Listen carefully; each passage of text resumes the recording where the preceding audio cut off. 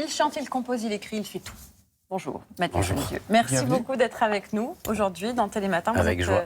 Le chanteur du groupe de rock Dionysos, mais vous êtes aussi un écrivain à succès. Alors, vous venez de publier un recueil d'histoires au merveilleux de l'enfance chez HarperCollins, sauf que c'est pas vous qui l'avez écrit. Qu'est-ce que Oui. c'est que cette histoire?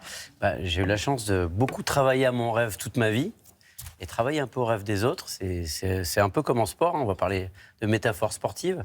C'est d'un coup, au lieu de marquer le but, c'est on fait la passe. Et là, du coup, j'ai fait la direction artistique, j'ai choisi la thématique, les auteurs, et je les ai accompagnés.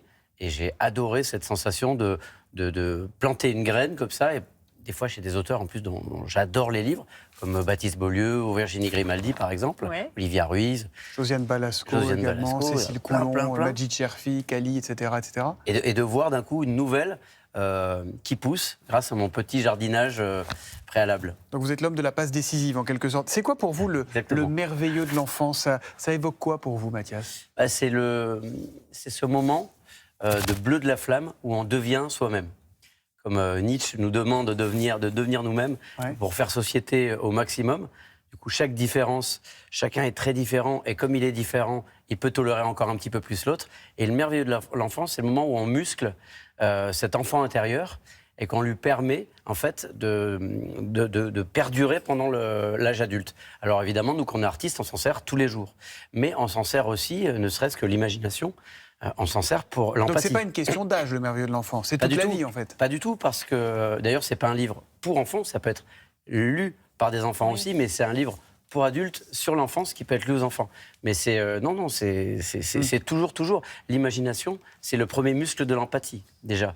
Donc c'est pas seulement imaginer des licornes et des sirènes, le merveilleux, la poésie, l'émerveillement, tout ça. Et je crois que par les temps qui courent, c'est même presque politique d'être encore poétique, comme je disais dans la préface. Alors, vous avez bientôt 50 ans. Est-ce que vous avez envie de grandir, vous? Bien sûr, parce que en fait, c'est pas un complexe de Peter Pan, le merveilleux. C'est justement, les gens souvent font une confusion entre une forme de régression, dire que moi, j'ai pas du tout envie d'avoir 8 ans. Je veux me souvenir de la capacité d'émerveillement de quand j'en avais 8. C'est la nuance. On en manque beaucoup en ce moment, beaucoup. La nuance est absolument capitale. Comment vous avez choisi ces personnalités qu'on évoquait tout à l'heure, Balasco, Grimaldi, Kali, Olivia Ruiz? Vous avez fait des petits kiffs? Vous Oui, avez dit, tiens, exactement. toi j'ai envie, toi je t'appelle ou Exactement. C'est ça? Et c'est exactement pareil que pour l'album de Dionysos, on a plein d'invités aussi. C'est que des gens, en fait, que j'aime artistiquement et humainement, avec qui j'ai eu une petite histoire, en fait, tout simplement. Parce que c'est difficile quand on ne connaît pas les gens. Alors, grâce à HarperCollins, on a aussi eu Justine Piluzot, par exemple, que je ne connaissais pas, qui est une chef, qui nous a fait une nouvelle géniale. Mais sinon, la plupart du temps, c'est des gens que j'avais lus, aimés, rencontrés dans des salons littéraires, des choses comme ça. Ils ont tous dit oui? Oui, alors il y en a quelques-uns qui n'ont pas eu le temps de rendre, et du coup que je garde sur la liste pour l'éventuel deuxième qu'on rêve de faire. Mais ça s'est passé comme ça, vraiment au désir, à la Vous leur joie. avez donné quoi comme consigne en fait? Parce que c'est pas facile. Allô, tiens, fais-moi un truc sur le merveilleux de l'enfance. On a beaucoup parlé, avec certains plus qu'avec d'autres, mais je leur ai dit, voilà, pensez vraiment à quelque chose qui vous a marqué, qui est devenu une petite Madeleine de Proust en fait. C'est une Madeleine de Proust, mais surtout, le merveilleux, ça ne veut pas dire que c'est bonbon, c'est rose. Ça peut être de la cruauté, ça peut être même à un moment de noirceur, où on arrivait à transpercer la noirceur de manière résiliente et apporter quelque chose justement qui nous fabrique, parce que c'est souvent dans l'échec ou dans qu'on devient vraiment nous-mêmes. Et le merveilleux, c'est ça aussi. Le merveilleux, c'est un moment de combat, comme le disait le philosophe Jean Kelevitch, qui a inventé le principe du charme, du je ne sais quoi ou du presque rien, en pleine Deuxième Guerre mondiale, pendant la Shoah, l'été juif. Et c'est ça que je suis allé chercher chez eux au maximum. Alors, vous faites aussi partie du groupe Dionysos, qui fête ses 30 ans déjà. J'ai l'impression d'écouter depuis peu de temps, en fait, mais finalement, je suis vieille.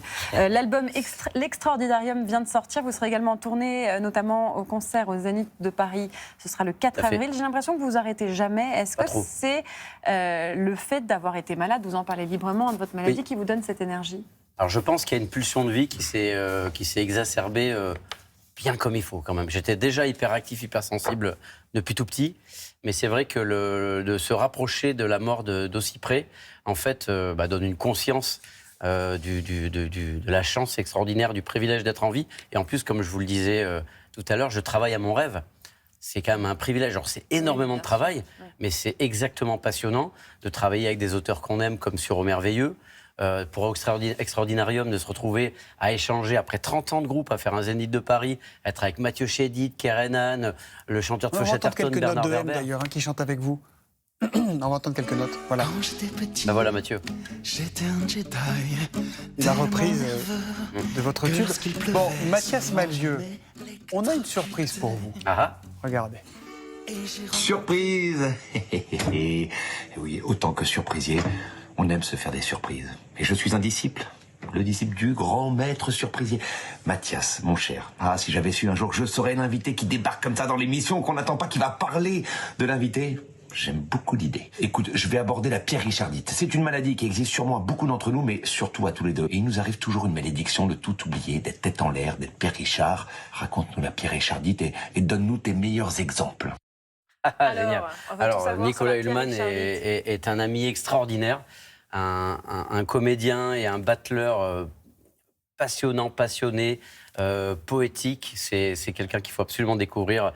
Au Sub Pigalle, par exemple, il fait plein de choses merveilleuses.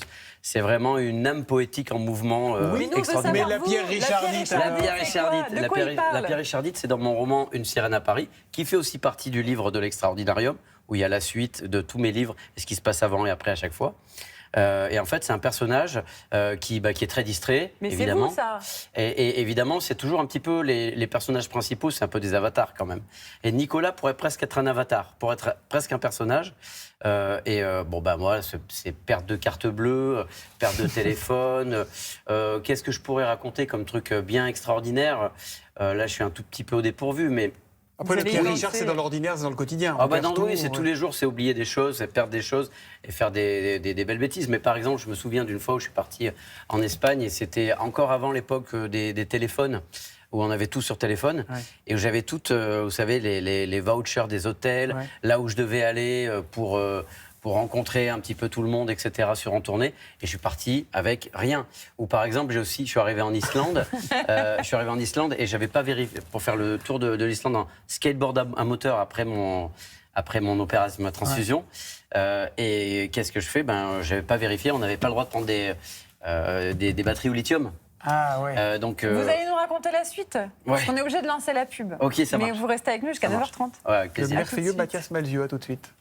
De notre enfant.